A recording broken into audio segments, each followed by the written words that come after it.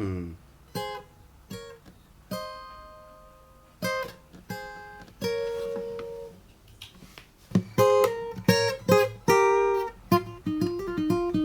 can hear that in my headphones. That's not meant to be the case.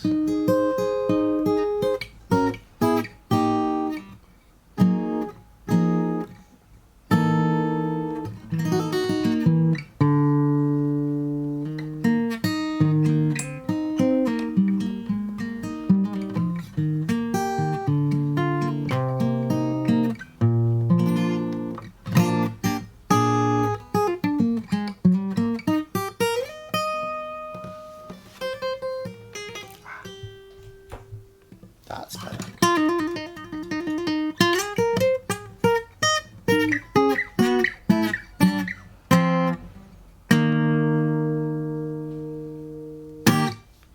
So, well, and indeed, hooray, for it is another of these wonderful going throughs of music for all the family.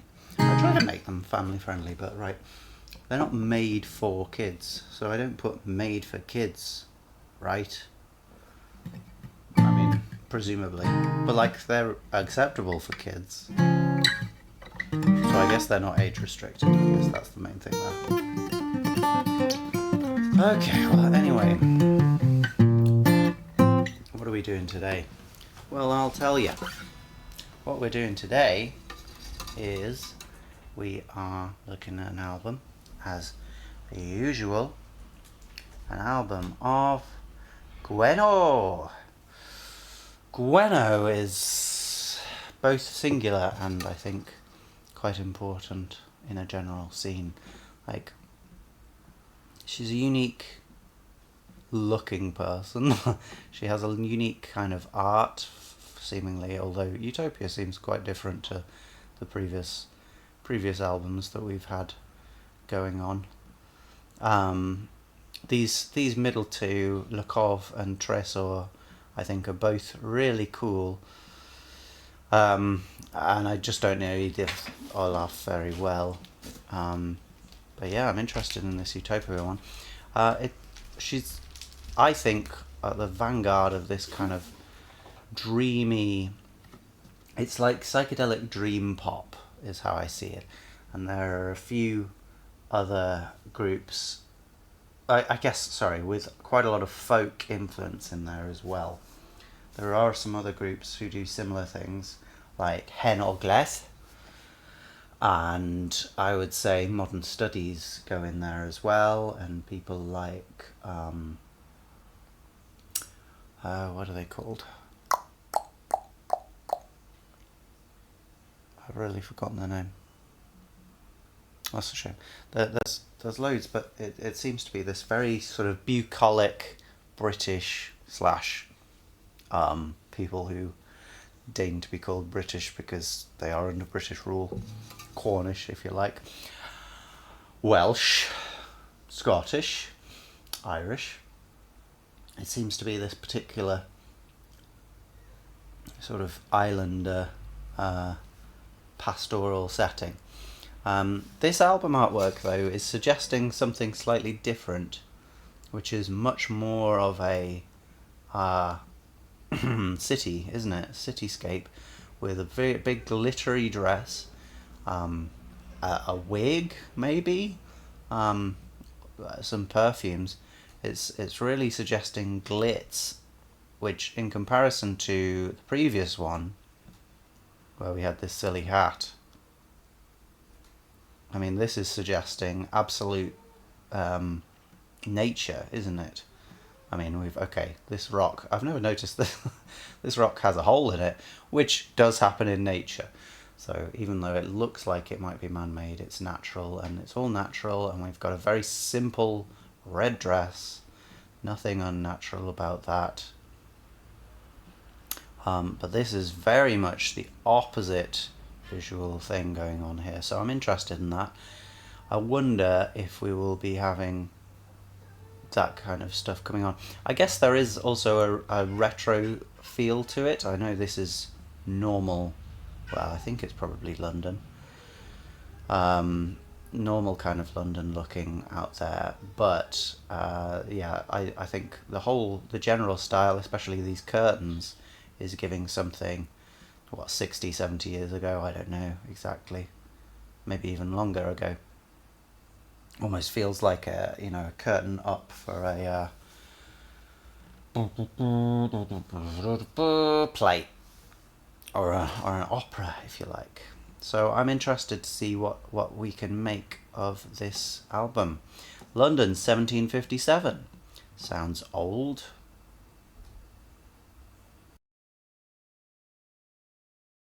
Again, Cobas.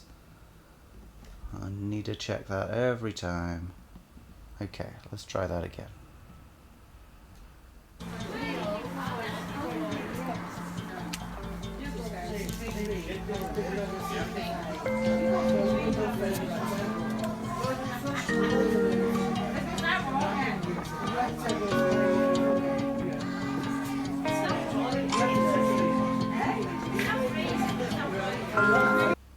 Well, this is not what I expected.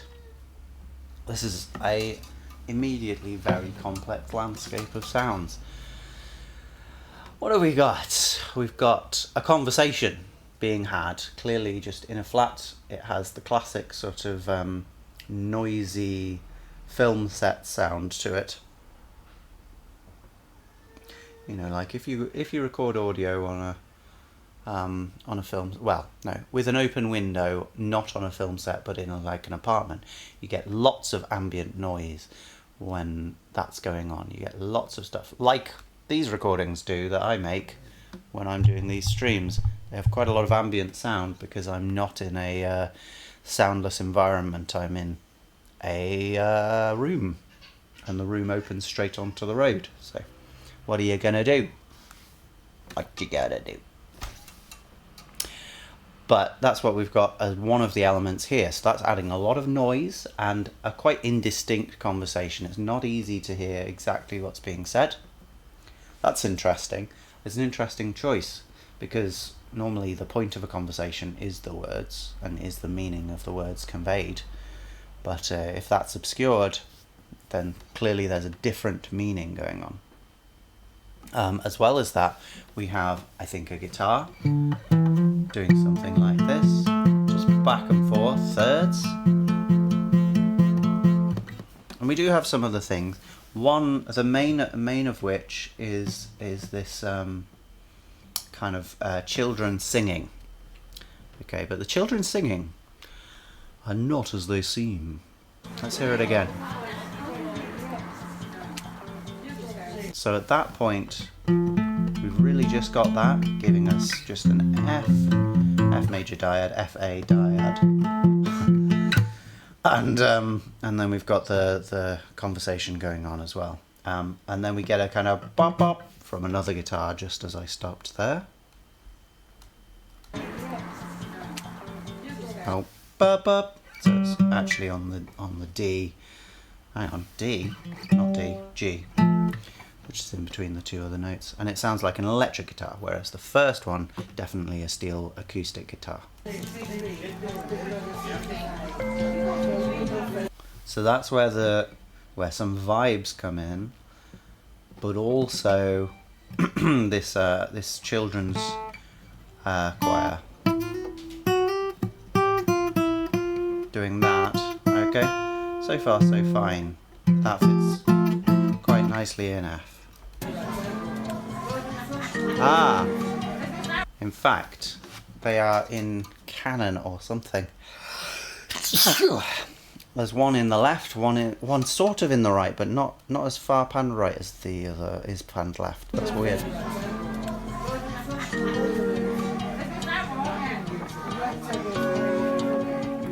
So, I mean, it's very difficult to tell you exactly what's going on, but that's what it seems to be, which is London Bridge is falling down, isn't it? I'm not sure that that's exactly what they're singing, but that seems to be the main tune.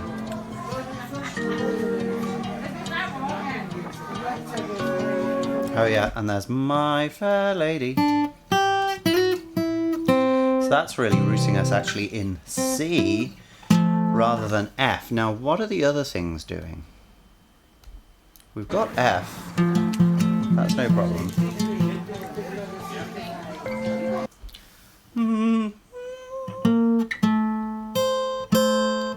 Giving us more F from those vibes. Actually, are those vibes? That could be an electric guitar in the left ear there.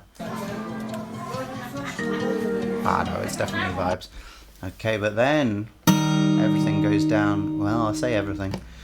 The guitar and the vibes go down to E flat major.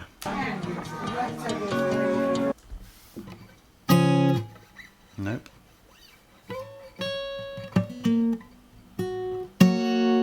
And then, yeah, to G flat major. And then we're back to F. So that's an interesting set of chords. It's fine to have F major and E flat major. They can exist together in, say, a Mixolydian mode, or as the 5 and the 4 chord of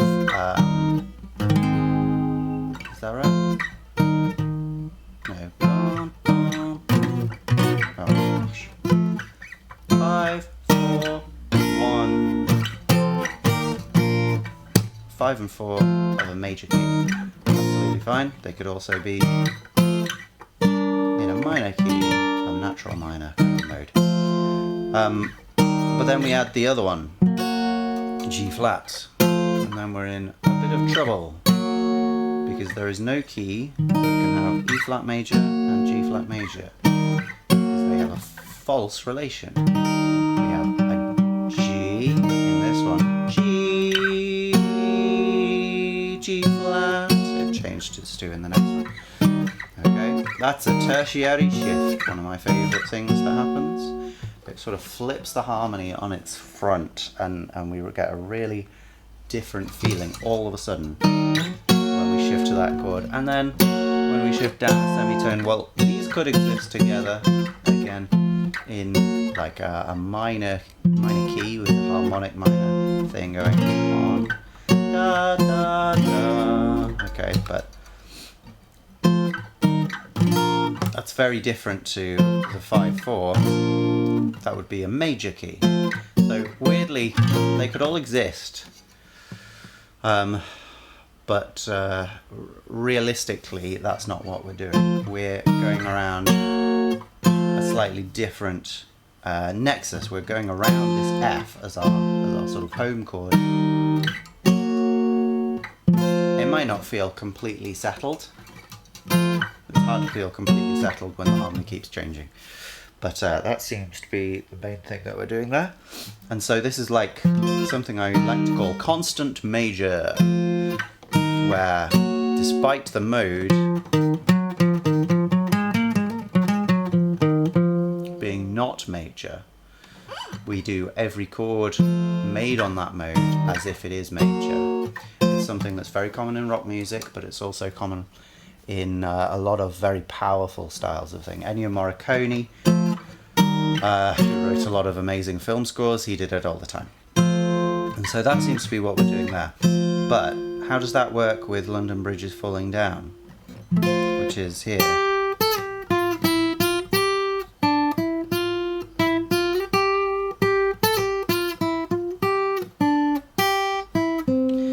Well, the answer is it doesn't really. The F is okay.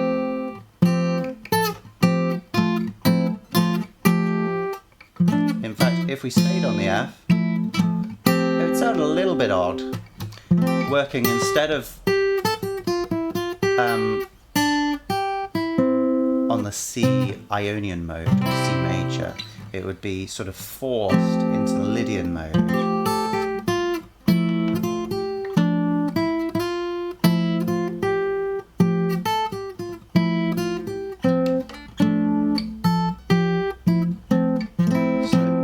Sound comfortable in the same way.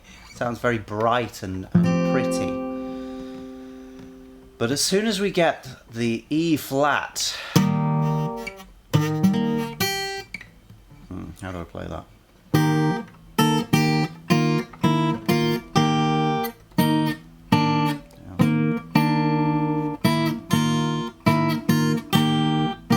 Funny things aren't quite so pretty, are they?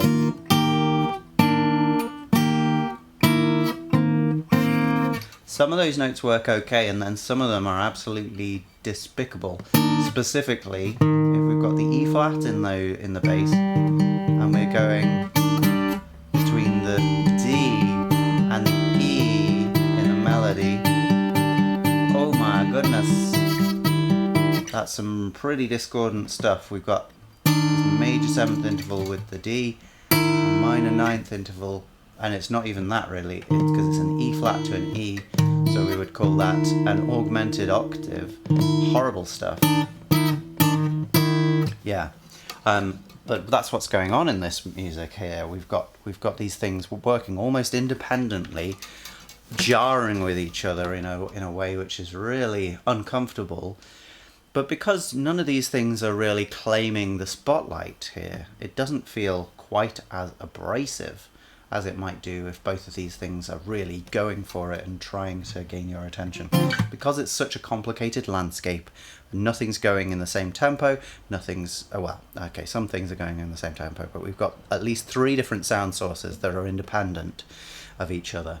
Because that stuff is going on, it alleviates some of the overall tension that you might get from the harmony itself.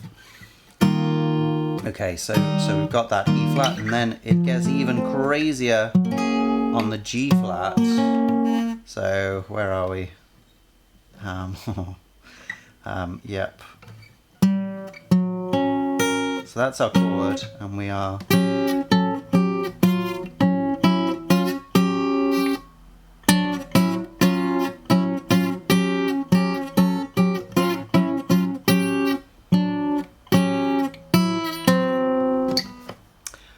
Yeah, I don't think there's really any note there that works nicely. Maybe that, maybe that. But again, we've got that same major 7th augmented octave relationship there with that one in a slightly different part of the tune. So this is quite a challenging opening. Let's see if it fades, or do you think we're going to get 4.5 minutes of this kind of crazy soundscape?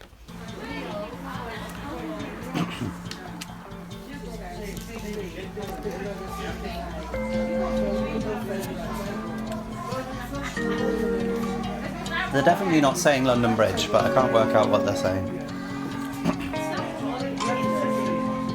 Oh, and of course we've got the 4th sound source, which is...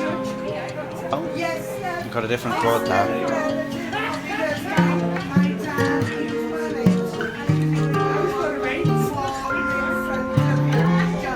Back to F. Aha.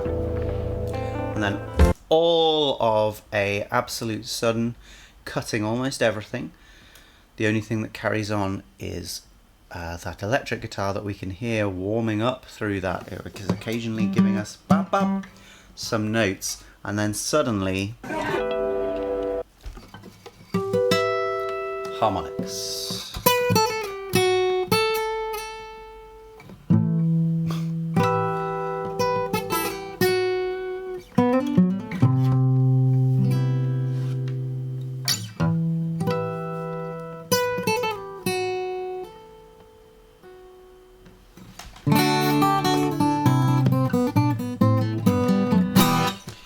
That is what's going on, isn't it? It's the same thing that we start that Yes song with.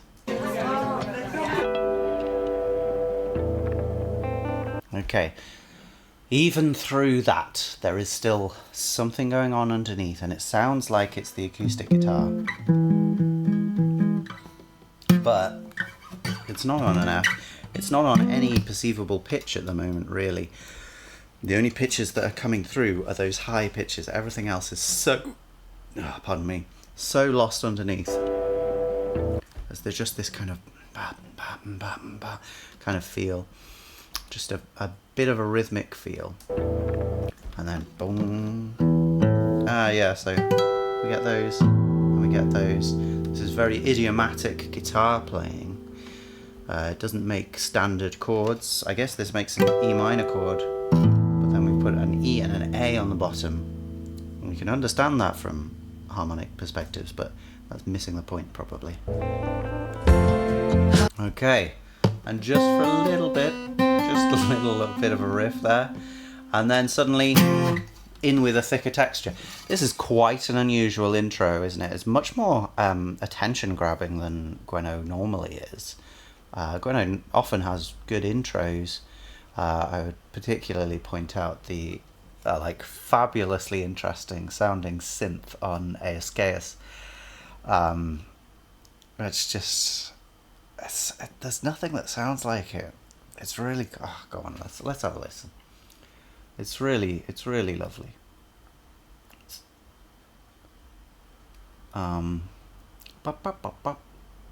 It's really good. So not this part, but yeah.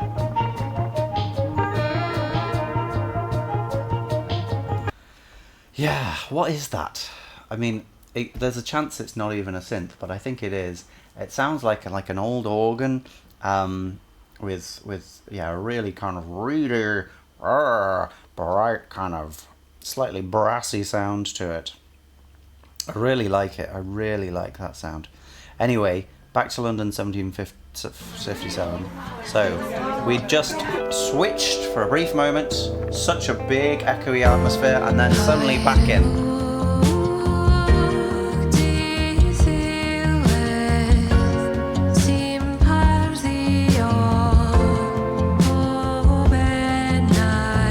Okay, so this is following the chords that we had in that intro. We've got the same things there. We've got the vibes, giving us those, or maybe something slightly more.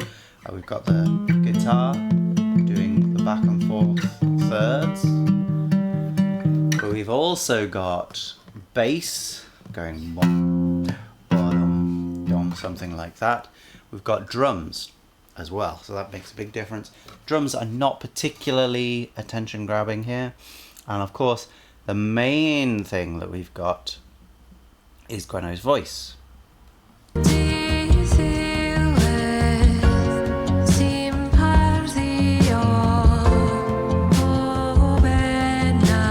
Yeah, so 4 different phrases with the same contour.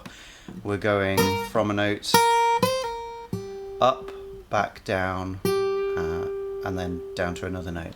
Da, da, da, da. So it's like On Sugar Mountain by Neil Young, if you're familiar with that one. That has a very similar contour. Sorry, that first one isn't, is it? That's different. Da, da, da, da. That's just up.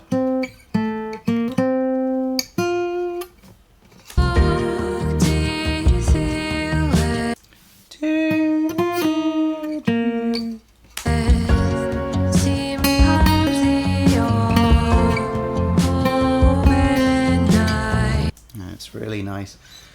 The relationship there, we have those notes which fit very nicely with the F, and then the harmony switches, and we get the E flat. But all of that could fit in the same key, as we say. Then we get the G flat, and that's where we get the D flat in the melody. The D flat we couldn't have had. Well, could we? I guess we could in like a Phrygian sharp 3. Which I guess it is to some degree, isn't it? Yeah. It's Phrygian sharp 3. Oh. So. Oh.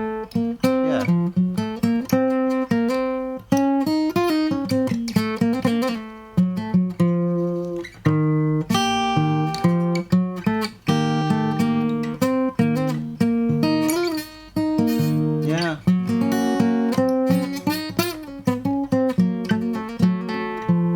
It is.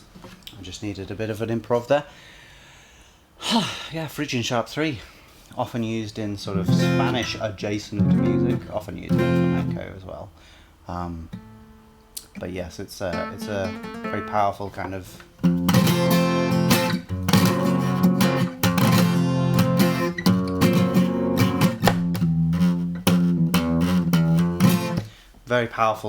battle kind of music, or classically battle music.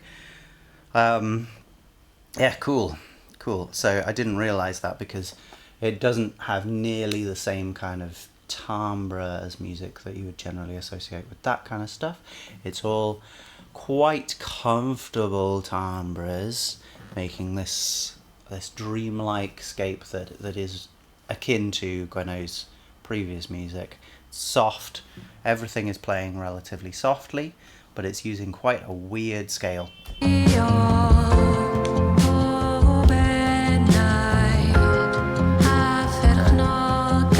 Or it was, but as we did recognise, there was a change of chord there. So we go lovely F. Is it then just to F minor? Let's hear it again.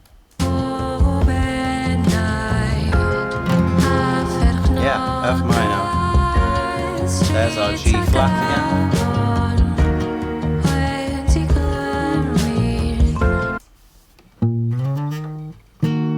And there's an E flat minor going back to F major.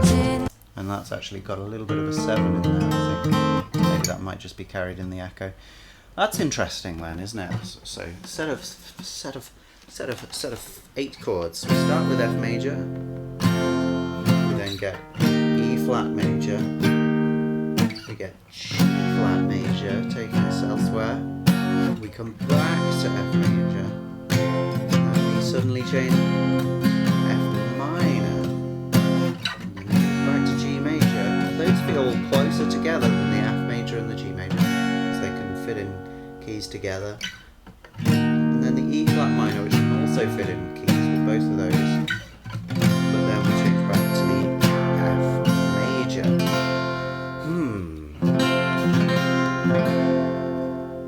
Well, what to make of that? You could call it modal interchange. You could say that we've got sort of this play around with F major, or maybe F mixolydian, because we never get that sharpened 7th at all. But we do get this. Do we get this 6? No, not really. Whatever. We'd need that if we were going to call it a modal interchange. With a Phrygian mode, which would account for all the minor chords. But really, anything you call it is not really cutting to the heart of what's going on. But what is going on is that there's quite, and this is no doubt going to not cut to the heart of it as well. I've been thinking a lot about sort of tacit knowledge and experiential knowledge, or let's say procedural knowledge. And there's a lot in music which is not easily explainable, but you can perceive what it is. And some of that has to do with feelings, and some of it just has to do with the sensory input of listening to the music. But then again, a lot of that might be quite different for different people. Regardless, what we've got here is 4 bars of making a relatively stable bass on a chord before we then change it regularly, every single 4 bars. And we don't change it too far normally, but we do get these big changes nonetheless. Texturally, it's not changing very much. The notes are staying in a very small range. They're not moving very far. The voice moves a little far, but most things are keeping in the same range, so we don't change the texture very much, but each chord feels like a big change from the previous one. Some more than others, but always within the 4 bars we're going to have gone on quite a big journey. It's an interesting feel, very different to what I was expecting, really.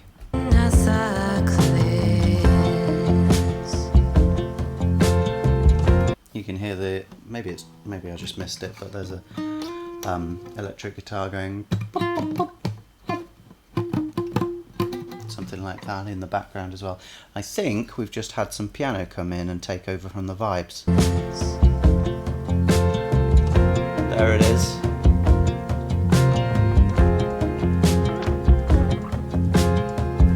Yeah, and the guitar, the acoustic guitar has slightly changed. It's no longer just going back and forth with thirds, but we're getting something like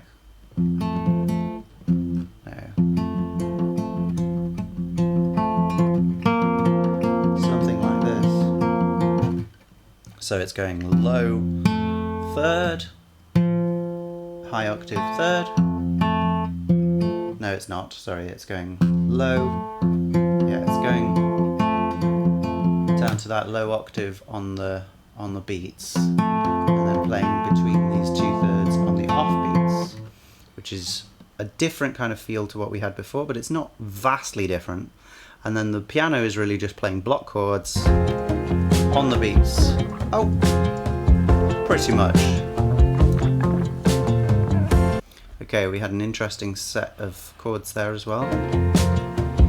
So, starts F major, F sus4, F minor, F major. So that's interesting. Playing around with only this middle note while keeping these two the same. F and C, F and C, F and C, but then we get A to B flat to A flat to A. Yeah. So I don't know. In that kind of circumstance, it's still quite a big change that you feel between chords, but it's not quite as earth-shaking as when the whole chord moves. It feels like a more specific heartstring pull, and less of a total brain change, if you like.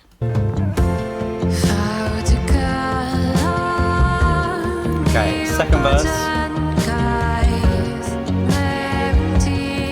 Here we've got a thicker texture, mainly I think because of the strings, which you can hear more in the left, and they are yeah, just coming in and out, playing with dynamics, whereas a lot of things in here are not really playing with dynamics. We do also have the piano still in.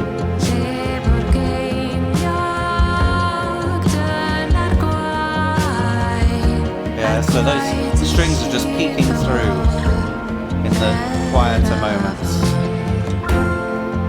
Oh, and I think the vibes have moved to the right here, I guess because the piano's in the left. That's an interesting idea.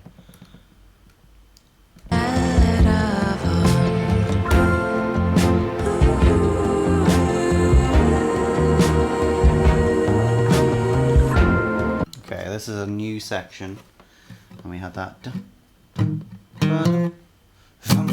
from the strings, which was pretty cool. A little bit more aggressive a feel than anything we've got so far.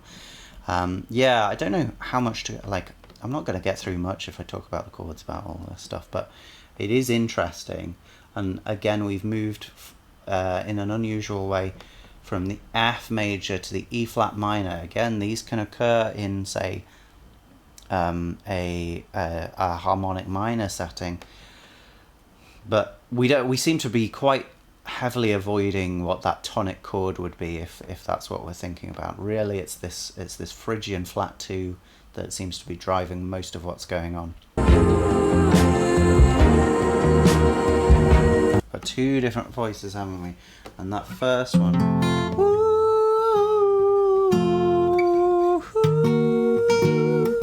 I think that's beautiful. And then we've got another one. What's the other one doing? It's sort of locked in.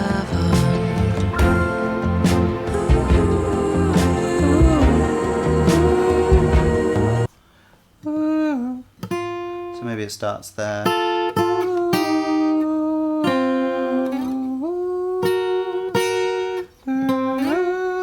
It's a fun jump. Diminished fifth.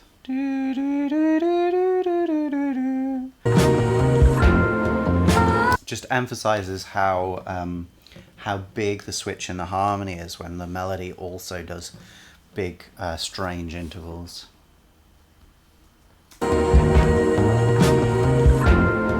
Also, the bass is loving it. Like, I haven't been commenting on it, but there's a lot of improvisation in the bass, which I really am enjoying.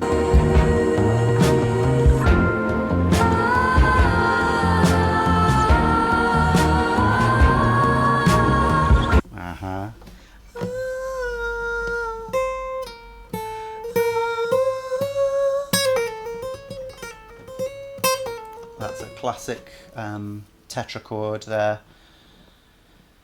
for for Phrygian or Middle Eastern things.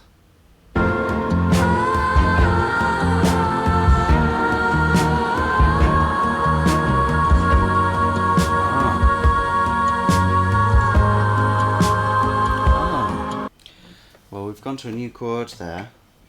Hello, hello. Gone to a new chord, and so after we get that same melody again, this time instead of the harmony being slightly at odds with it, the harmony switches to fit that note, which is a really lovely feeling. And then the harmony moves from that G flat to A flat, a new chord going somewhere else, is it? It feels a lot more comfortable than the others. It's going into going away from specifically that sort of F major, which has been making things sound a bit odd. That Phrygian note. This A flat chord feels a more comfortable place to be, but it doesn't quite feel settled. There's the change of harmony, and then to the A flat. But of course, back to the F major.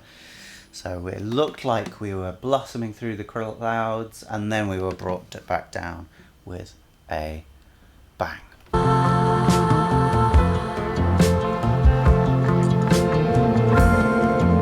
Okay.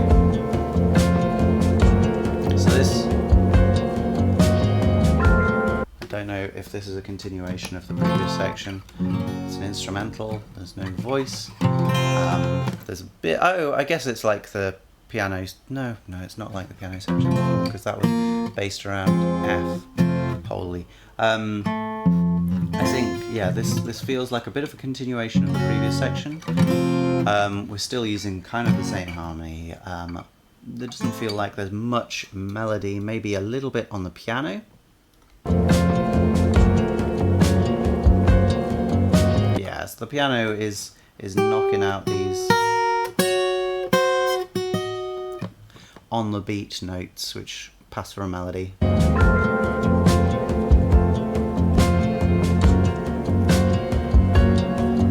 There's not that much similarity between that melody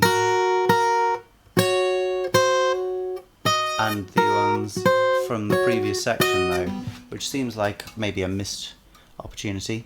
It feels a little more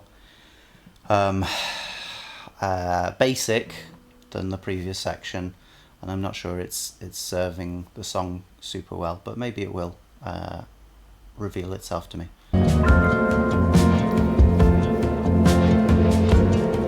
Got a kind of building up in the background.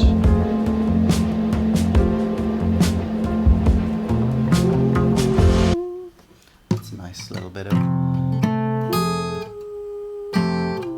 that false relation. Minor third and the major tier.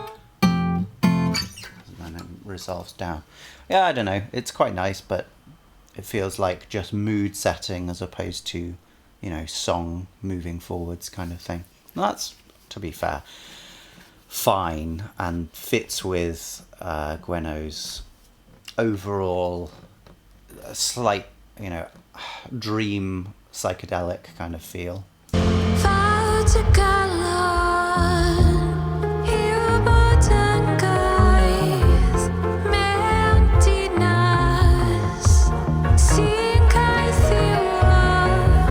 Okay, so this is basically the section we just had, going between the F major and the G flat major, and the melody is doing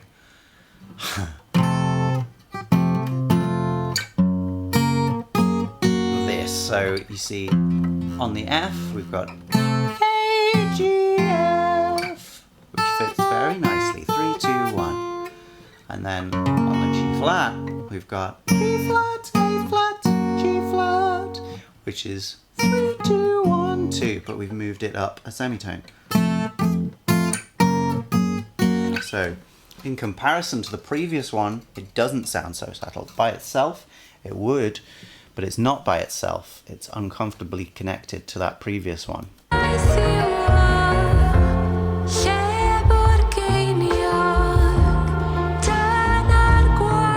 Okay, yeah, and then similar kind of thing. The E flat minor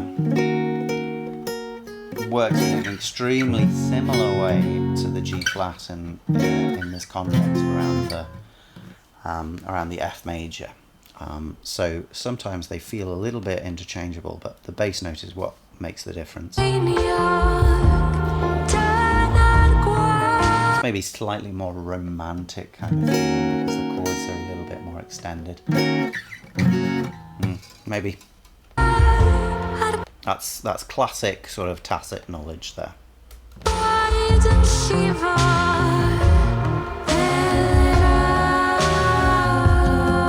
Yeah, there's just some crazy stuff going on, especially on the piano. The bass is doing what it's always been doing and having a good improvised fun. But the piano is doing way more than normal. Nothing there, but then... Yeah, so there's some weird line.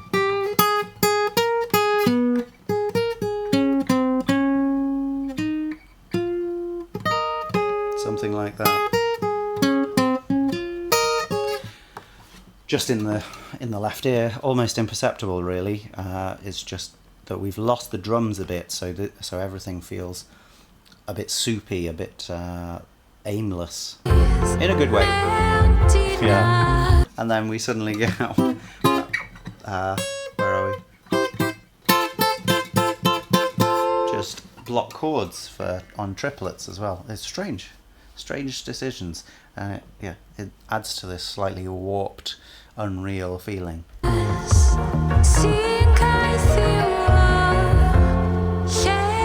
nothing similar in this next set of ballads. Okay, and the drums have come back, so things are starting to... We got that,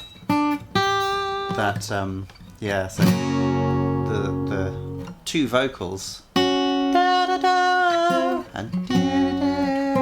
but then the piano just puts in that G. Yeah, seems improvised and unplanned and kept presumably because it just happened and they liked it. Weird choices. Okay, our guitar is back here. We lost that for the previous section.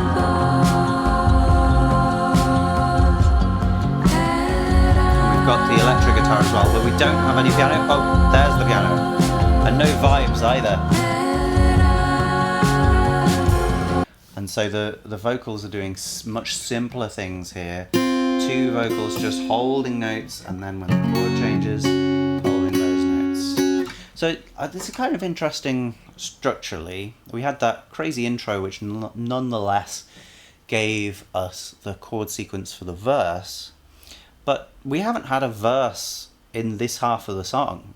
Halfway through we've just gone for more of a jammy thing over these main two chord changes from F major to G flat major and F major to E flat minor. We had that strange bit of A flat, didn't we? And that's only happened once. This is a really curiously meandering structure.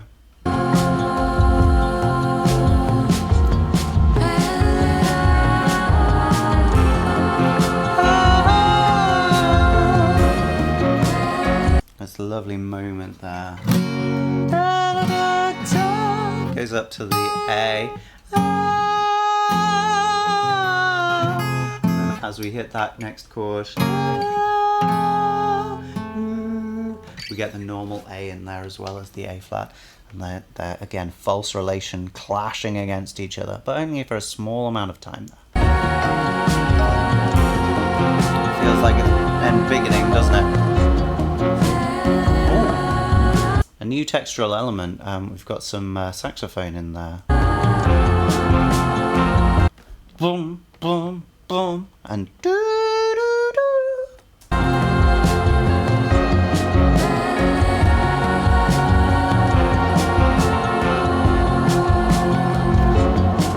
A little bit of a change of the beat. Mostly the beat has been focusing on the 2 and the 4, but here we're going 1 and 2 and 4.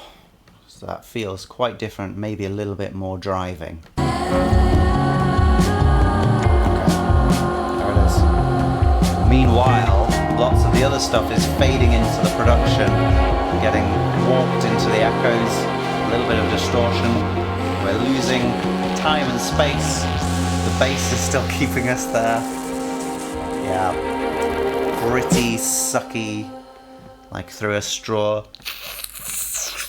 sounds. And then, yeah, just one little snare hit to finish off. And then the fade of the vocals. Ooh, very, very intoxicating atmosphere of that one.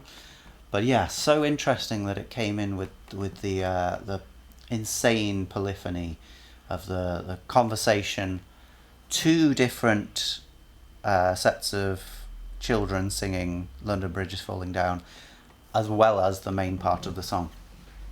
Yeah, a really odd, interesting beginning to an album.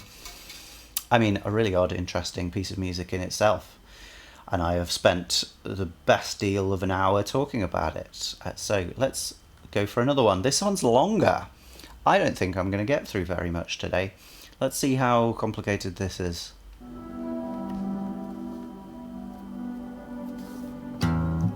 Okay. Well, let's just talk about that straightforward. This is what it feels like. E minor with an E minor 7, that D there, D comes down to C sharp, so it adds that 6 instead of the 7, so slightly changing the harmony on each of those, but keeping the main core of it the same.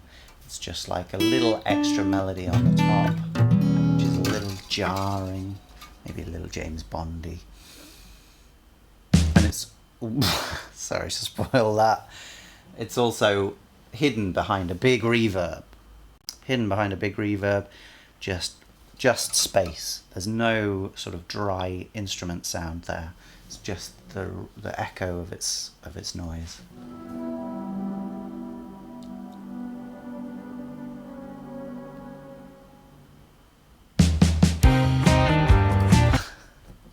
Da da da. Classic intro.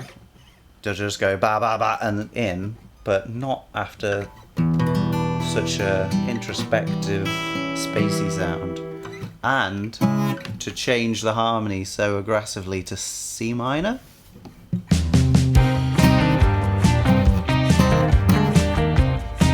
Not a fan actually.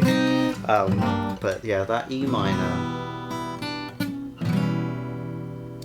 doesn't even really come sensibly after the previous thing, right? We've been all on E flat minor, so that's an interesting change. And then suddenly to a totally different key again. It's an interesting choice.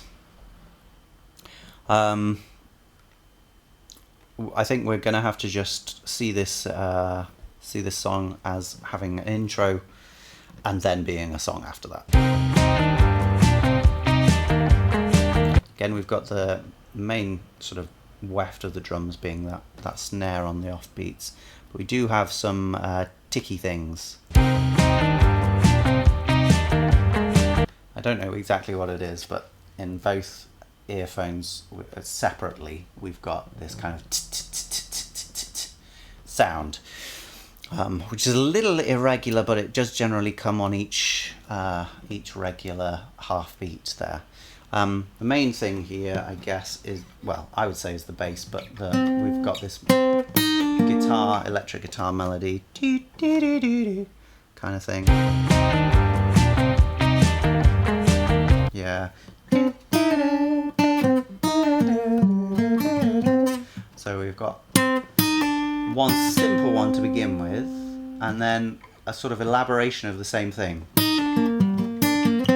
Yeah. That's quite a nice thing to do. The bass is fun though. Let's listen to what the bass is doing. Yeah.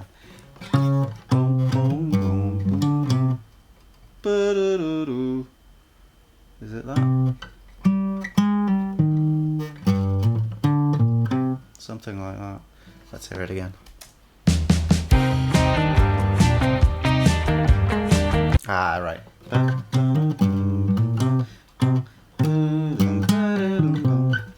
Yeah, so both of those things going together, they don't quite lock in exactly because they're doing different rhythms. Obviously when they're playing on the half beats, they're playing on the same half beats. Well, no, sorry. What I mean by that is that they're not out of time with each other. They're locked in time in that respect, but they're doing quite different figures, emphasizing different beats to some degree. I guess we get this da-dum, da-dum kind of feel. So the 2 and, 4 and, 2 and, those are emphasized, but what we do in the middle is dependent on the individual line, so they feel like they have their own life, and it feels a little bit polyphonic in that respect.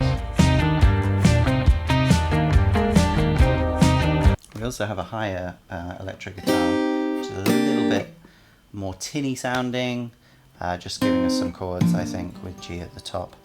And our vocals have come in. Oh, have they? I thought they did. Ah, no, it was just a synth. Just giving us that C minor. Yeah, I haven't said, but we've been playing constantly between C minor and G minor here. So really having a natural minor feel, or an Aeolian mode feel. Quite relaxing, but quite high pace, isn't it? Okay, and that's a little bit of a disruption to that. We get a bit of G... F minor, did we? Oh no, so yeah, A minor, then, sorry, A flat major, how could I say that was A minor? Then we get F minor, and back to G, and then we're back into the groove, I think.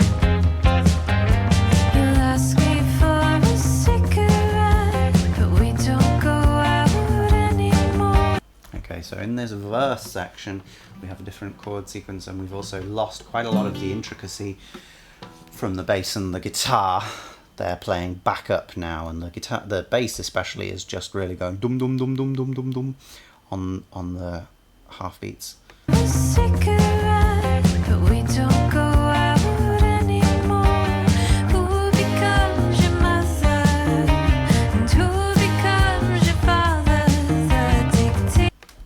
So we did get that through the middle when there was no voice the first time, but then the voice actually did speak over it the second time. So don't know what to make of that. It seemed like good songwriting, and then it wasn't.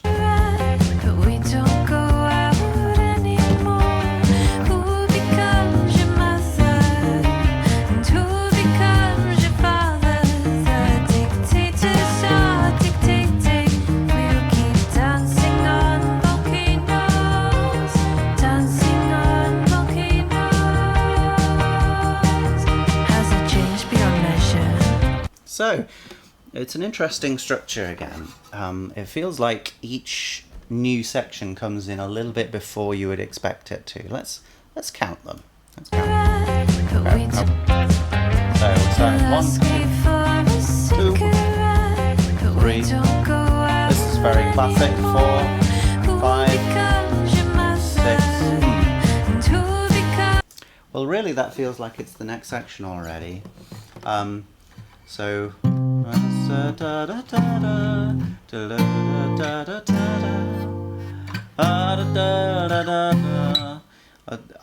It's not a huge change, and the texture generally stays more or less the same. But it doesn't feel like a continuation. So this chord sequence,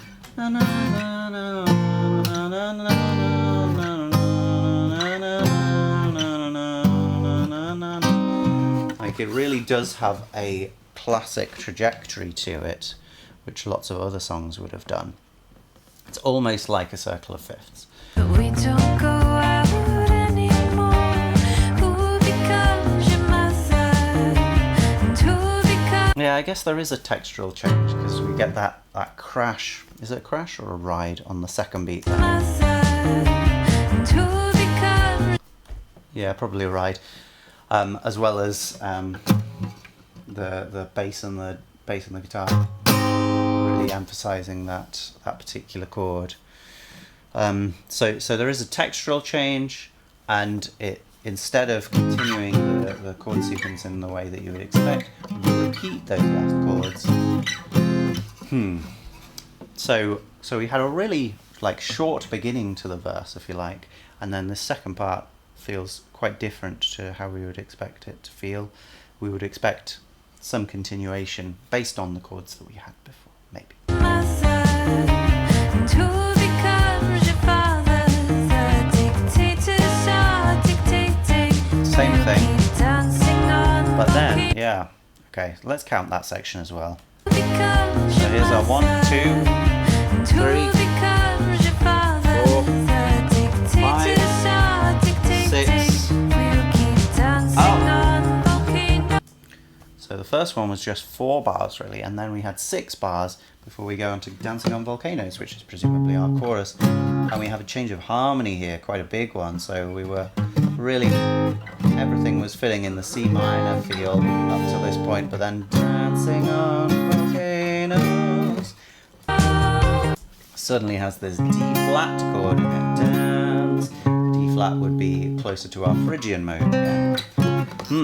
So she's quite keen on a more complex relationship with harmony, using harmony as colour rather than as just the mood. Dancing on volcanoes. Okay, 4, 1, oh, another extra bar. Change beyond. Okay, so there we had an extra bar. So it's almost compensating for how the other sections had come in quite quickly.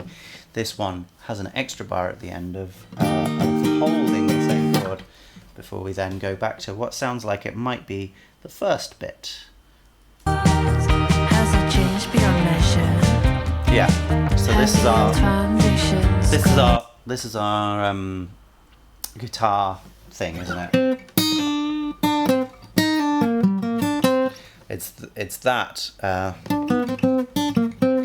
but as well as that, we've got this speaking over the top, haven't we? Has it changed beyond measure? Have the old foundations. Which is a common Gwenno thing. Have we found it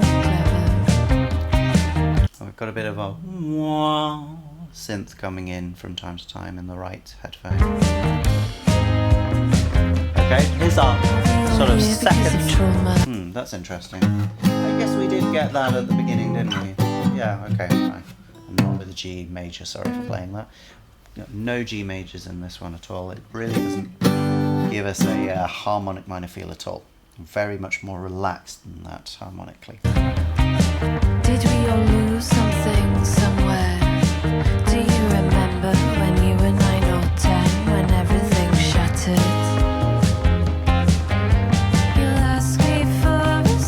Okay, and now after 2 repetitions of that intro music with the speaking over the top, which all adds, you know, a comfortability, doesn't it? Especially that we've got 2 repetitions of it this time. At the beginning, we only had the 1, so it's really letting us sit in the groove and sit comfortably in a particular mood. at least for this moment. But now we're into the verse again, and we know how quickly the verse changes things up. So then the second part. That second part does have a bit of a reminiscence for the second part of the intro, which is something like that. Whereas this one has a little bit of a different reminiscence, doesn't it?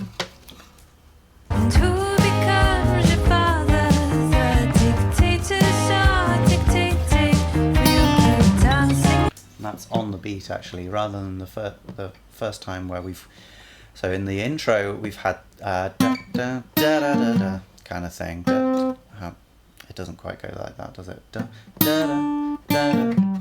Yeah. Da da da da da da. Yeah. How does that go?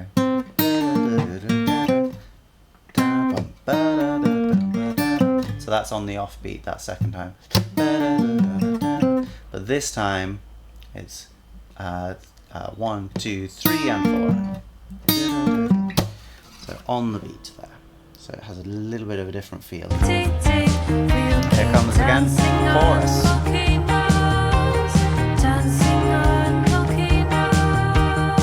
And we had that first time, hello, we had a different a reinterpretation of this, if you like, a reinterpolation.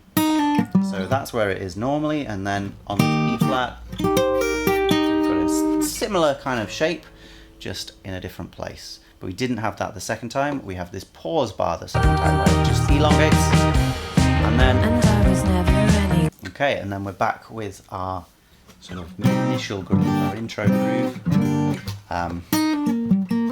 Doing that same kind of thing. And we've got the speaking over the top again. Have we got anything else changed? Still got those tap, tap, tap, tap, tap kind of things. Okay, there's the second part of it. Back in.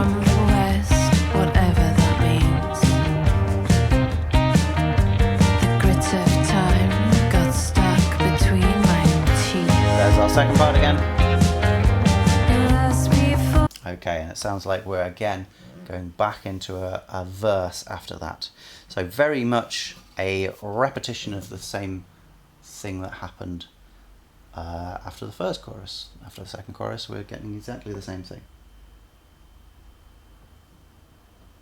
No, this isn't music I've worked on. This is just good music. I look at music every week. I try and do it twice. And yeah, it's yeah. I hope you enjoy what I'm allowing you to understand more about the music.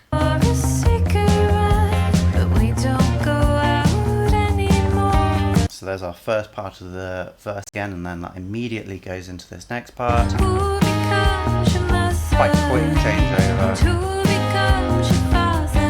This one, that extra 2 bars, but then we come suddenly into this new place. Chorus. Okay.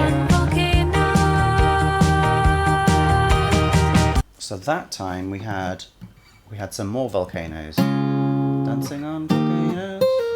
And we did it again. And we did it again. But this time we had the pause bar at the end. Pause bar. Pause. It was a pause bar, I guess. That's nice. Anyway, yeah, that happens once longer than the previous time. I don't know if that's really adding much. You know, repetition is very useful for memory, so it's good in that kind of respect.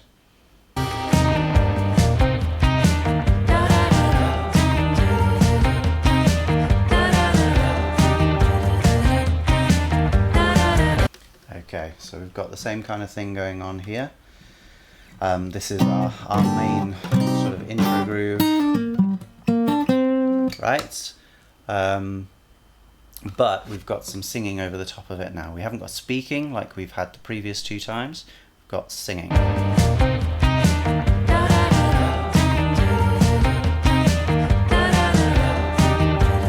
It's a little bit odd. There's There's random notes coming through in a kind of synthesizer which sounds almost like a voice. It's got this kind of sound to it, just popping in the space from time to time. And then we've got that da da da dum, which is in octaves. I can't. Is there another one in there? No, there isn't. But something happens to the lower voice, which is a bit strange. So we get that in the top voice, and then da da da da. Maybe it doesn't quite sound pitched in the right kind of way. Da da da da. It's doing this weird slide. I don't like it.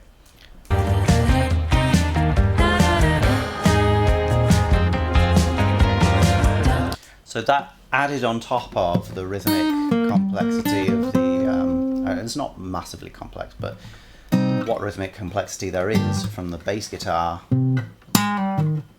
and the other guitars, adding that extra little bit of melody on the top, that it doesn't feel like it's too overwhelming, but it really keeps bringing your ear from one thing to another, and yeah, just, you know, it's more exciting than just keeping the space open, but you know, too much of that can lead to you getting a bit uncomfortable that there's so much going on.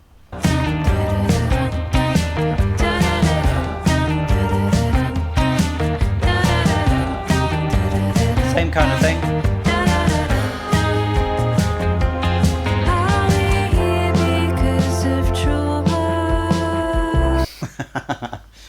Well, I am now. Yeah, all of a sudden. Sorry. We've been going around these, and then we have. And we're expected to go back to the C as usual. We've done it maybe 7 times in this song, maybe more. This time, instead, we go down to a new chord, an F major chord. Ah, wow. Crazy change of harmony. It feels pretty shocking. Yes, I do have original music. You can go and find, my name is Seb Fayle, Fayle. You can go and find my music if you wish. I think it's great. Definitely worth a check out. And it has just as many crazy changes as going on in this. That F major, yeah, wow. It just, so we've been quite resolutely in our sort of Aeolian mode, if you like. Apart from when we've got to the dancing on volcanoes, which, well, to some degree changes that to Phrygian mode, but really it's more like a brief key change. And now we've suddenly brought that F major, which, if anything, changes it to more of a sort of Dorian feel with that sharpened A, or the A in normal A as opposed to A flat, building this big, beautiful noise out of nowhere. Also, the texture is changing quite a lot in this moment. So here's our standard texture of... we lose almost everything. The drums are carrying on with maybe a slightly different beat. This synth takes over, and the only thing other that's continued on is the bass is just holding that low note. Yeah, this synth just blossoms into the space that's left by everything else leaving, and the melody soars over the top as well. Yeah, so the drum beat now is, rather than emphasizing the 2, 4, 1, 2, 3, 4, we've got 1, 2, and 3, and 4, 1, 2, and 3, and. So it has a little bit of a different thing. Why would that be done? I don't really know, but I guess that feels a little more insistent, a little less comfortable than the previous one. So maybe it's to keep the rhythm moving forwards in something that is a more more open spacey atmosphere. You keep the drums doing something more exciting that will keep things moving forward and feeling energized when everything else has taken a calmer stance. Did we all lose something somewhere? Yeah, so we don't just have that F major, we also have C major.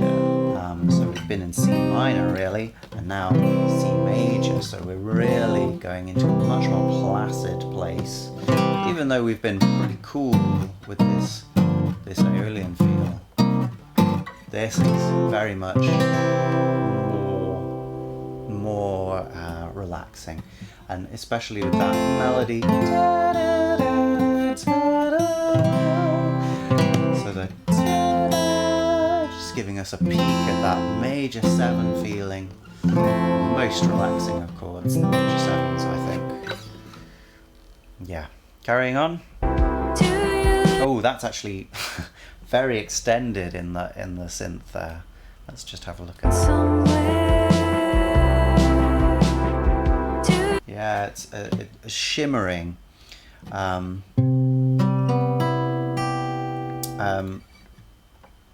But there's an extra one of those in there, and one of those I think. So that's like a sharp 11 in that major chord, as well as a 13, I think. Let's just hear it one more time.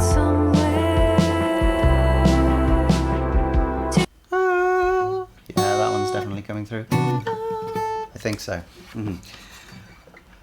You can suggest an artist for me to listen to, but my main thing is that I am seeing how these songs progress through the album.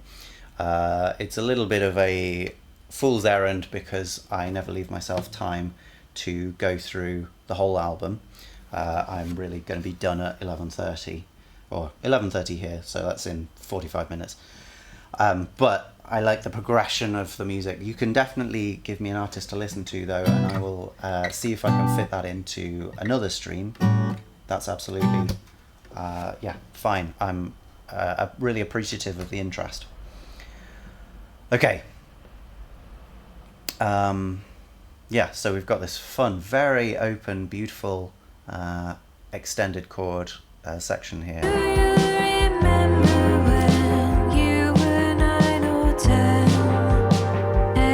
Right, so suddenly changing that, instead of the beautiful major sounding thing, suddenly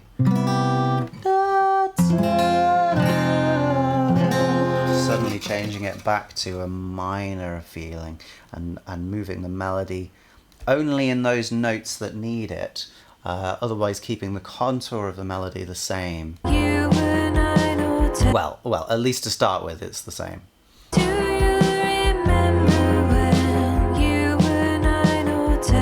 Yeah, it's just a little more complicated. We do the, but this is keeping that major 6, which is an interesting thing.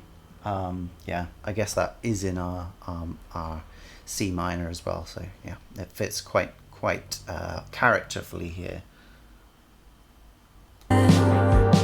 Everything shattered.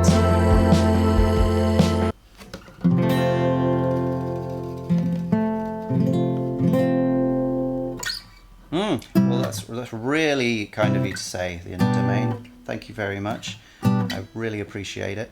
I haven't listened to much Lumineers over a long time, but I do remember 3 making a fairly big splash. I've definitely heard a few tracks off it, but yeah, I will definitely have a listen to it. I will put it on a what is actually an extraordinarily long playlist of albums to listen to, but we'll get to it. I'll get to it at some point.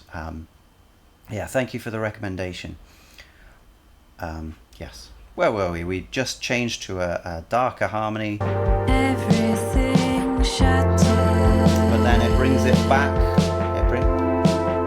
But then it brings it back to that F major 7, and it feels more. It feels more like a final feeling there. After we've had the minor, moved up to there. Strangely, and I don't know what causes that actually, but it feels more final. It doesn't feel like it's the 4 chord like it was before when we were going. Really, the C feels final, but here, because we've been playing with harmony in a way that is complex and difficult to understand. Now coming back to that F major, it's really beautiful and feels very final in a way, and everything else seems to be petering out as well, except the drums, I suppose. Drums keeping on going, but everything's just holding that going. Of course, yes, just very quick build up, I would say, a little bit artless maybe, and then back to C minor. Yeah, and this is our verse section. Here's our second part of the verse section. Nothing unexpected here. Got that. Oh! Okay, well that's a bit unexpected. We normally get that 3 times. The da da da da da da da. Another time. But this time we didn't. We actually just went back to the verse, the beginning of the verse. Unusual choice. Yeah. Oh, she's happy to play with structure and a lot of different things. She's really making new musical interest.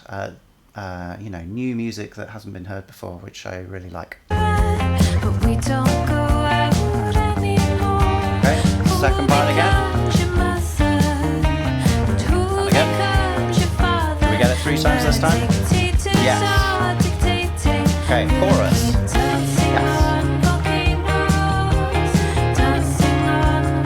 Okay, we're going to get it 3 times. There's our 3rd time. Our 4th time.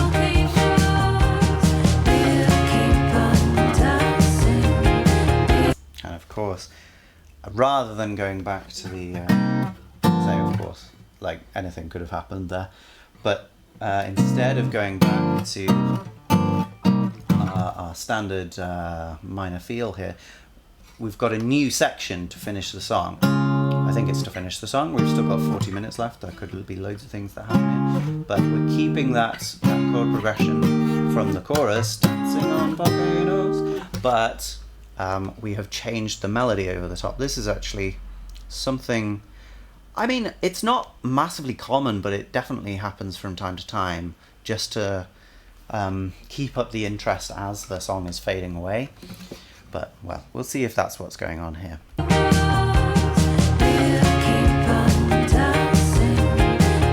got harmony vocals as well. They're quite, not messy exactly, but very sort of foggy, hard to decipher vocals. We've got a lot of breath on them.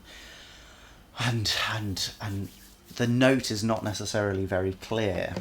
We're getting the main notes just fine, but then the others are just a little bit of extra noise, at least to my ears.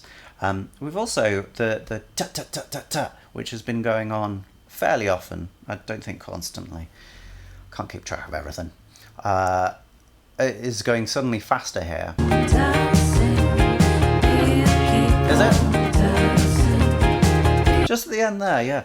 So it's going tut tut tut tut tut tut between the headphones, and then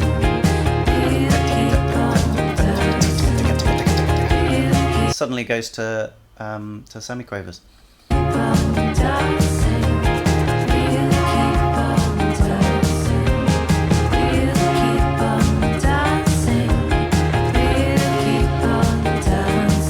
Okay, relatively simple thing to end, right?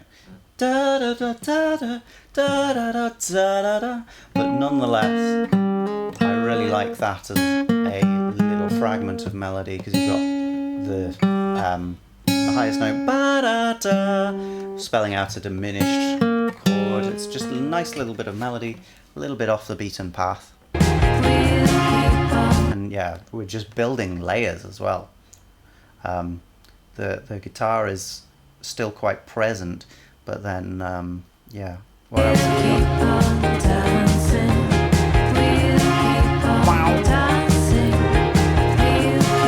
Got some vocals which I think might just be the synth, which sounds like vocals, but they're going ooh, just holding in the background. Just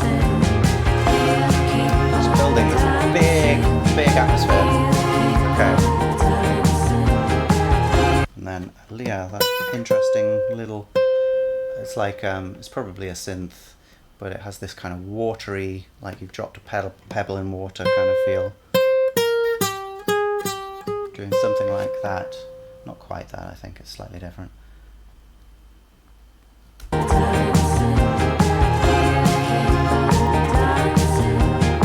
That seems to be taking the 4 now.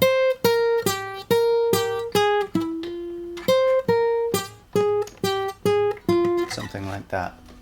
Just another thing, isn't it? Another thing making this complex textural landscape even more so, and maybe just a thing to pull out of the atmosphere as everything else is fading away. But no, we didn't have a fade in the end. Everything just suddenly stops with that mwah sound, something backwards maybe. Fun. Okay, all right. Yeah, these have been quite dense songs so far.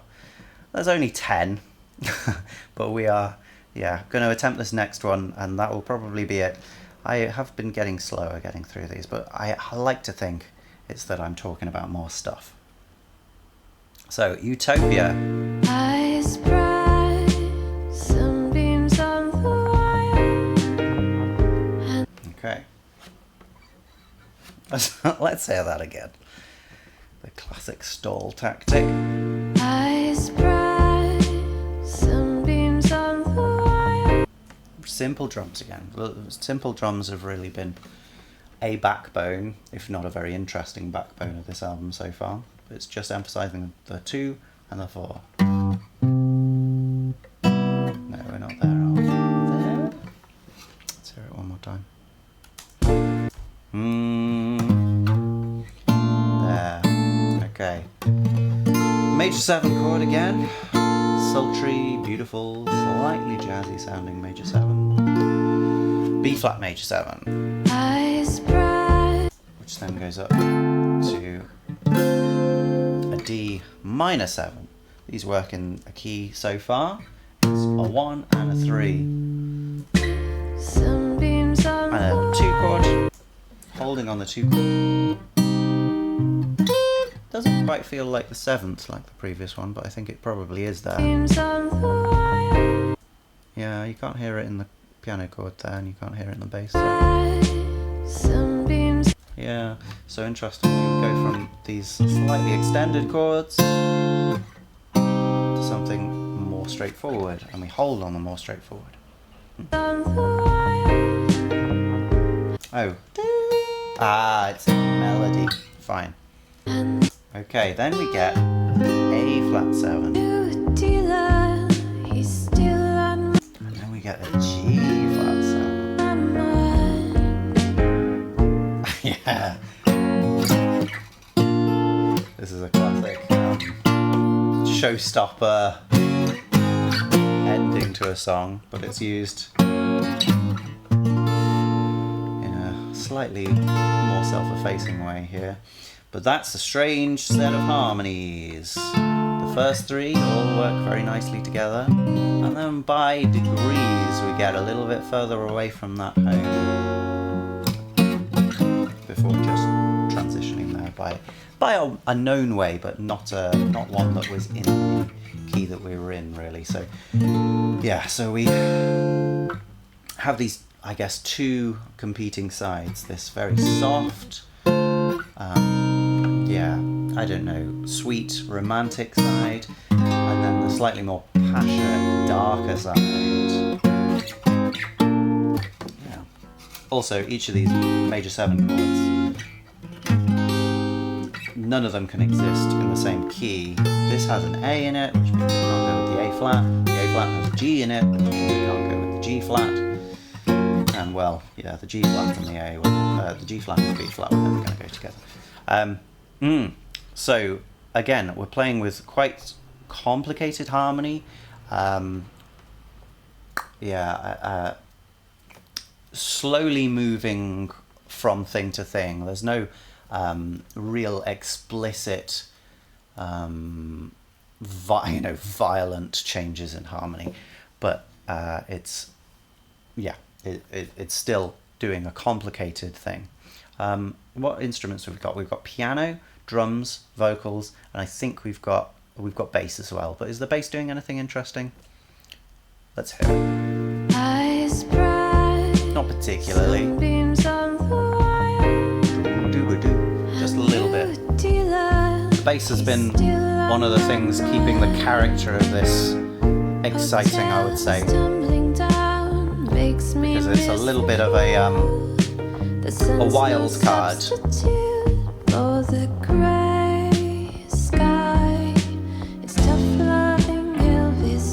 Okay, and then switching to this next section, we're going somewhere else again.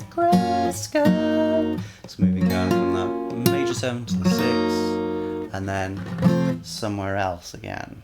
Where is it? Yeah. So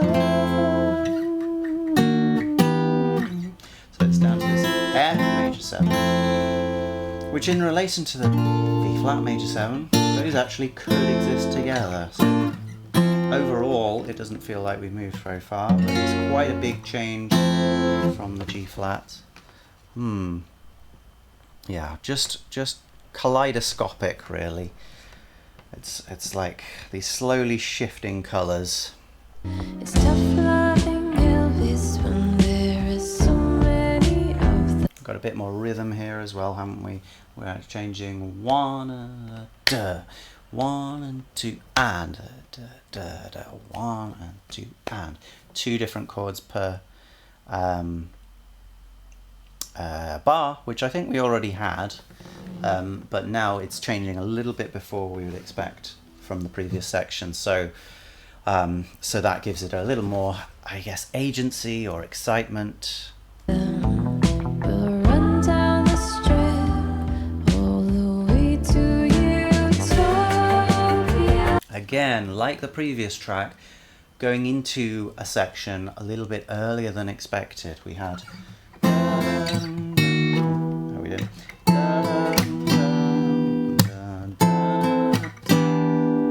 we had it twice, didn't we? Let's hear it one more time. There is so many of them. We'll run down the strip all the way to Utopia. We had it quite a few times actually. Let's hear it. Sky. So here's our G flat, there's the F, E minor. There is so many of them. Okay.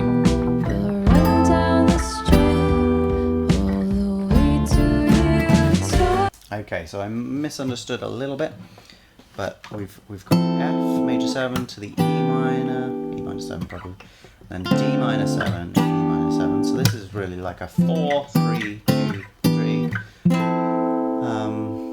God only knows what I'd be without you. Similar, not quite the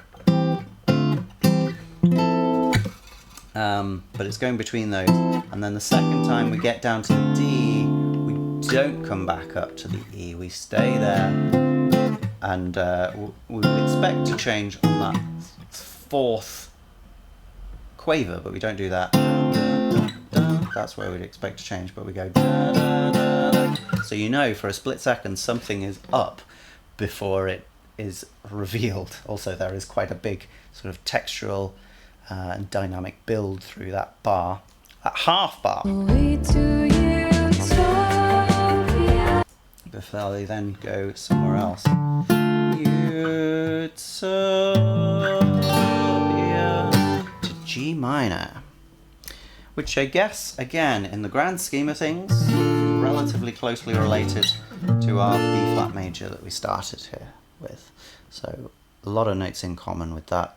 So again, it doesn't feel like overall we're going that far, but there's still quite a big change in between individual things in the song. Okay, and yeah, what's going on there? What's going on there? We've got lots more rhythmic interest. We've got a probably hi-hat. It could be a shaker, I suppose. Maybe it's a shaker, just going up in the high frequencies. And we've got a palm muted guitar bit in the left,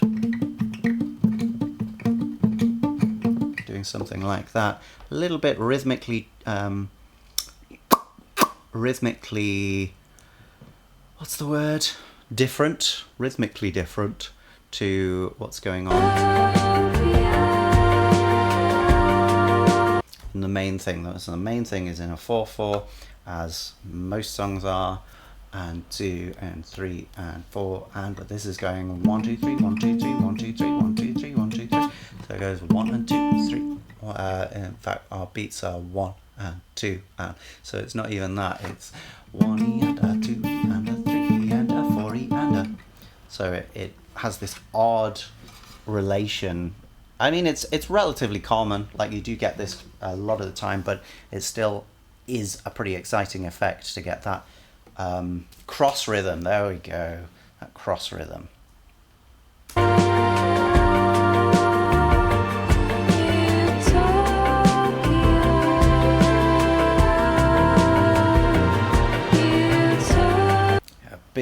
Big textures here with those strings just filling the space, just giving us very paddy chords, not doing anything interesting rhythmically, just filling it up.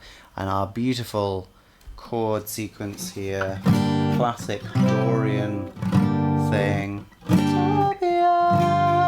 That's nice with the 7th added to that one. Utopia. Yeah, this is like the classic Dorian my sweet Lord kind of thing. Also, no, where's that?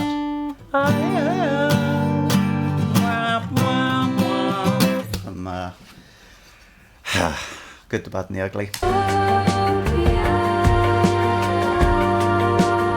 And it's held so long before that change happens. Nice little bit of the bass riff there.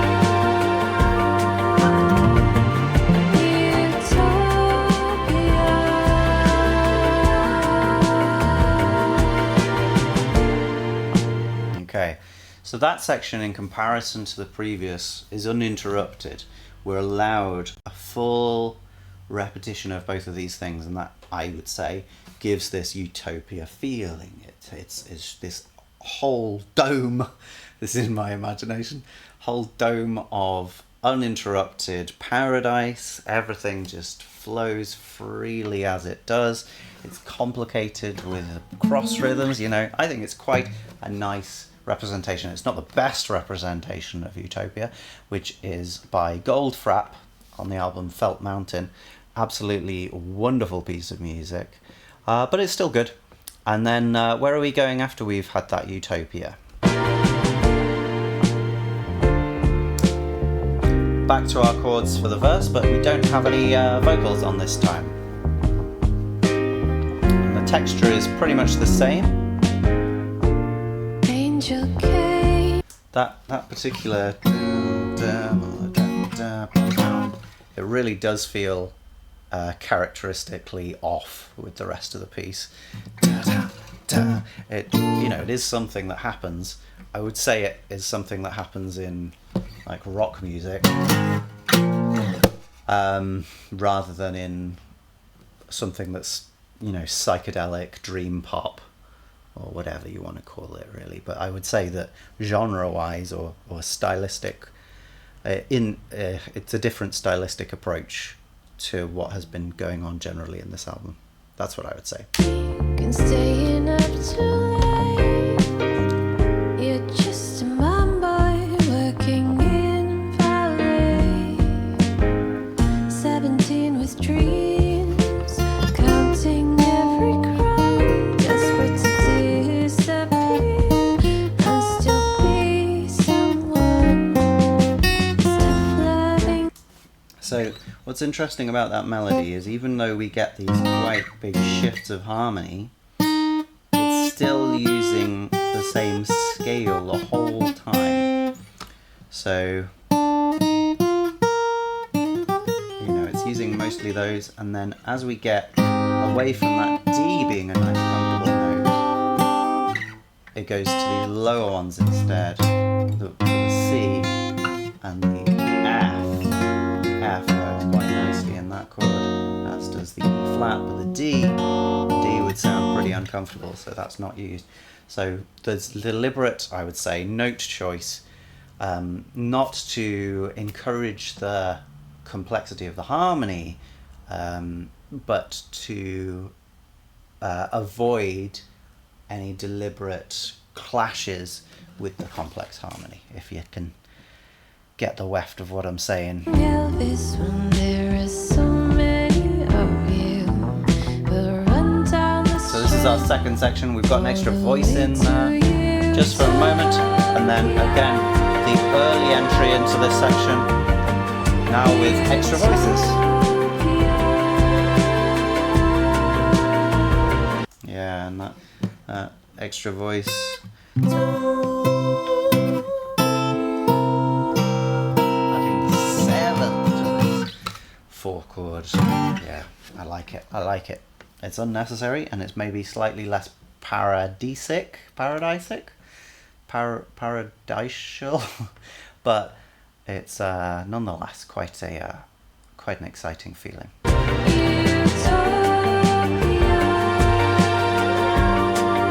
the shimmery strings really are lovely. It's maybe an overused texture, but it is lovely.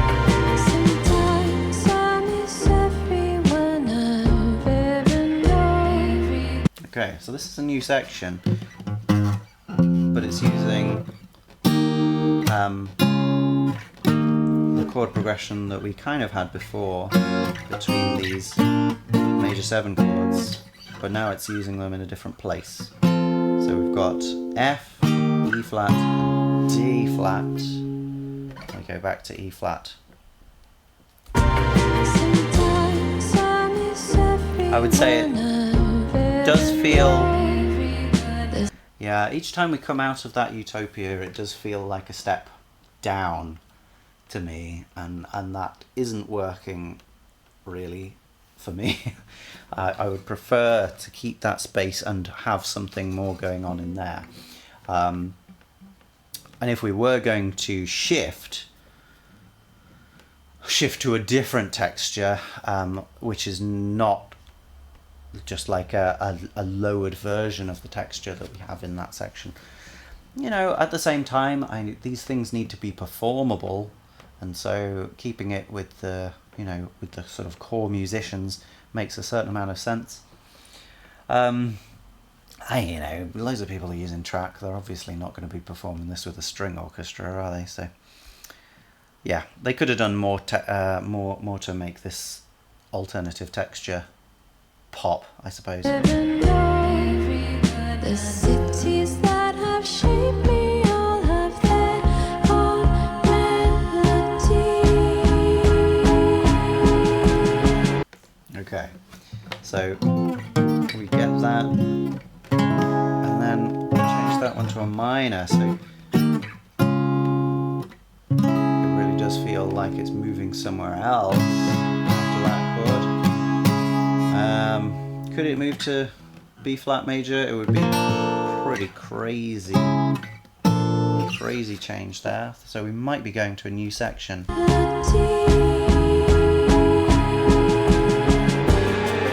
No. We're going to the Utopia again, which is a really out there change. Now, a few years ago in COVID, I made a spreadsheet which I have now unfortunately lost, looking at hundreds of pieces of music and categorizing each chord change to see what was the most likely chord change from each different chord. No doubt someone has done this as part of a scientific project, I know that. I just have no idea how I would get hold of that. So I did it myself, and I found that really, as you might expect, any chord change that has this augmented fourth feature to it, that is, with one exception, the most unusual chord change you can do. So this is a real world-changing feel here. And even though that by itself is a simple melodic change, it brings with it quite a lot of feeling. Yeah, same kind of thing, but moving in the opposite direction. Lots of strange voice leading between those two chords. The one that's less likely to happen, incidentally, is if you go from, what was it now? Actually, so it's something to do with 1 and flat 2, but it's not that, and it can't be that, because that's really fairly normal. Oh no, yeah, it just must be 2 minor chords, so going like that, that's quite unusual. I could only find a few instances of that, and obviously hundreds is still quite a small sample size for music. Anyway, talking to myself, let's just get on with the piece of music. So yeah, this is our Utopia section, but we're missing that main melody. We've got a different melody in there instead. No. Nope. What is it?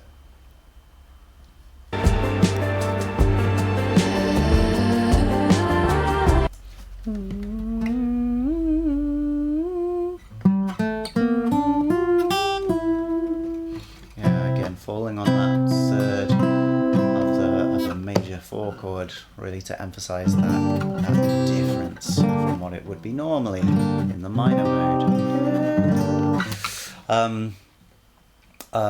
We've also not got the guitar here doing this. We've got a different thing played by piano, which is more like something like that. It's a little bit swamped, but that's pretty much what's going on. We've got that instead of the guitar. It kind of fulfills a similar thing, but it doesn't have the cross rhythm that the guitar has.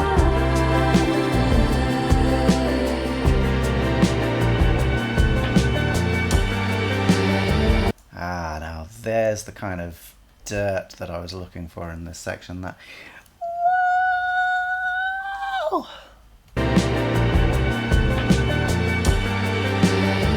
That's lovely. Yeah, again, adding that sharp 11 to the chord up here somewhere, and then bending into the G minor chord. Lovely.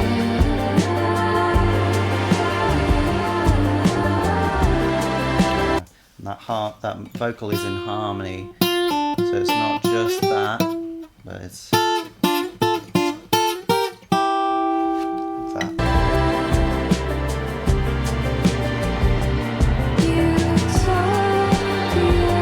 feels like the strings have started getting a little bit freaky. It's hard to make out exactly what's going on, but there was a sort of drop in pitch somewhere in there.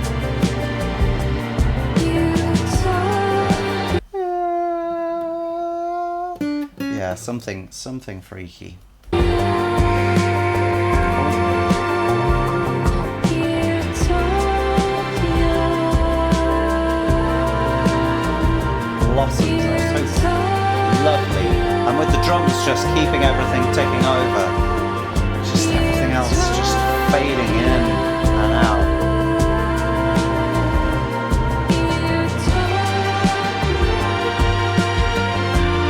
Okay, that really entered there with the feeling of an epic melody. Da da da da. Those strings have consolidated into one particular line, which is cool. Gives a very different textural feel.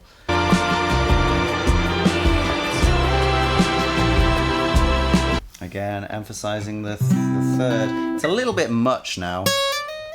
When you've got lots of thirds in a chord, it can feel a little bit like cloyingly bright, just a little bit uncomfortable.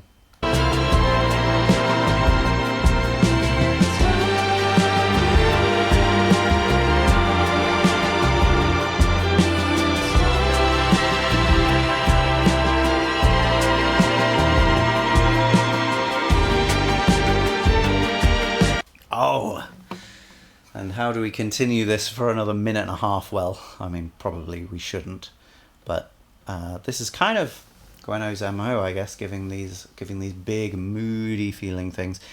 Dancing on Volcanoes was a little bit different, but it did still have quite a lot of sitting in the mood. What we've got here, is a sudden change of mood somewhat, because we've had these really placid, if nonetheless driven sections, and with this beautiful string-led feeling. But then suddenly something is taking control.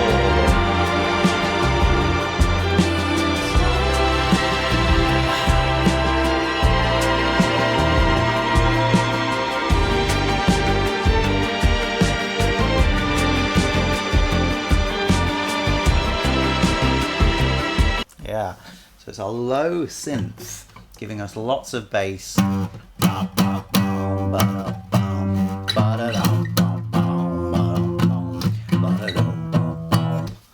And giving a really different feeling. But interesting how it's not overwhelming everything else. We've still got the lakes of beautiful tropical birds, but we also have this, I don't know, very artificial sound encroaching, but nonetheless in harmony with it.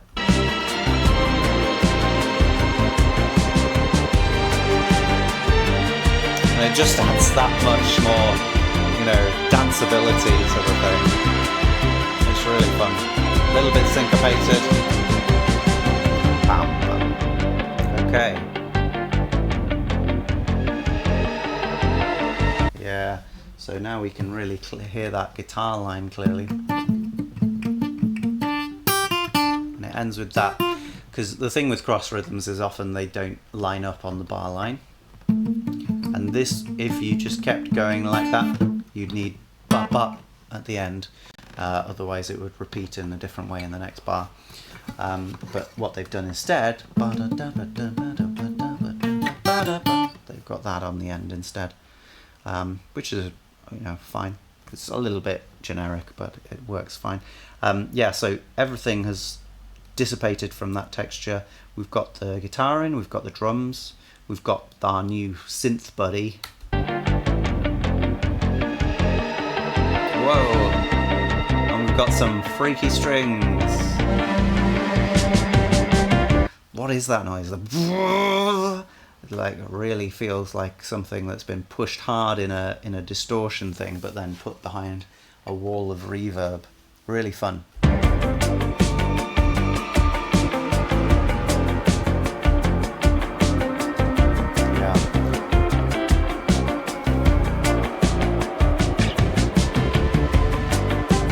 We've got an extra feeling in the drums here, with the hi-hat on the one add, and that's a pretty constant feeling, dum ta dum ta dum ta, or dum ba ba, as well as the shaker or whatever is at the top. So it gives it that extra little bit of variety. I don't know. Also, it just makes it feel a bit more fun, a little bit more dancey.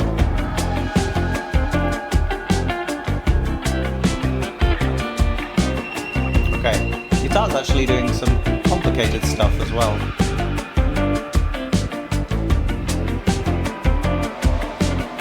know what? I misinterpreted. I think there is one guitar that's just doing this over the bar line. So 1 and 2 and 3 and 4 and 5 and 6 and 7. Hang on, that's not how it goes.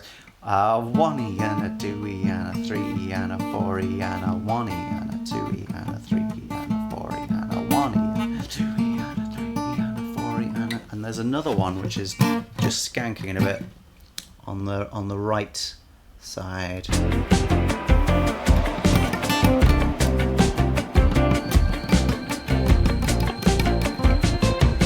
I guess it is somewhat of a riff, but and then we got something different at the end there.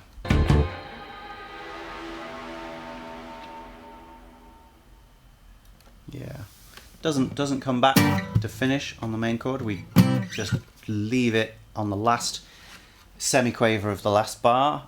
And then we have that thing behind the reverb wall again, just to finish off. Well, goodness me. Oh, I feel like I've been through a lot. That was some quite complex textural shifts overall in there. Like quite a lot of stuff in general. Yeah, starting with the crazy cacophony of London 1757. Being quite comfortable in each of these songs with grooves, and getting used to things that don't change very much, but they sit. But then there's also these moments of quite complex change and quite complex harmony to go along with them. I feel like that is something that is more on this album than it has been on previous Gwenno albums. I've not really, to be honest, I haven't looked at Gwenno albums in depth really before, but I remember them as mood first and song second. That seems a bit harsh, but the point is you're sitting in the mood as opposed to switching it up for whatever artistic reason you would have. But these songs so far have had quite significant switch ups. Each one has had something like that.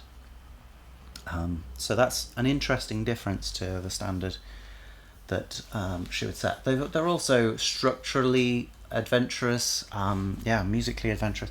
Lots of stuff going on there. I hope you go and listen to the rest of the album. It's been fun. Have a good day. Have a good life. See you soon.